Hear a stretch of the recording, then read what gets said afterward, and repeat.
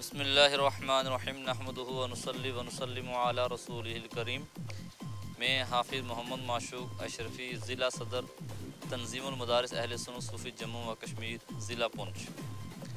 آج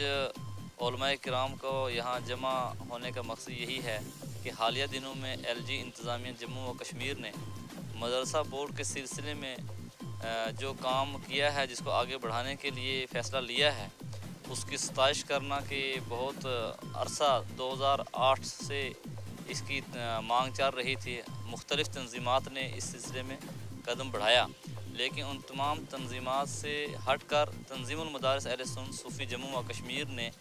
ہر وقت اور ہر مقام پر اور ہر ٹائم پر اس سلسلے کو بہت مضبوطی سے اٹھایا،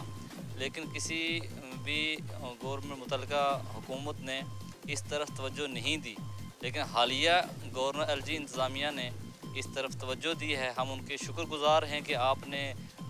ہزاروں جو بچے مدارس اسلامیہ کے اندر پڑھ رہے ہیں، ان کے درد کو سمجھا اور اس طرف دھیان دیا۔ ہم اس کے لیے گورنر انتظامیہ کے شکر گزار ہیں۔ ساتھ ہی اس سے یہ ہوگا کہ مدارس کے اندر پڑھنے والے بچوں کو اعلیٰ تعلیم حاصل کرنے کے مواقع ملیں گے، اور ساتھ ہی ان کو ہندوستان کی مختلف یونیورسٹیز کالجز کے اندر تعلیم حاصل کرنے کا موقع ملے گا۔ اور انتظامیہ سے ہم ساتھ میں یہ گزارش کریں گے کہ تنظیم المدارس اہل سنت صوفی جموں و کشمیر کے پاس اس سلسلے میں ایک پرپوزل ہے بھی، اور ہم گزارش کریں گے کہ اس سلسلے میں مولانا محمد اشرف صاحب جو تنظیم المدارس اہل سنت صوفی جموں و کشمیر کے سرپرست ہیں،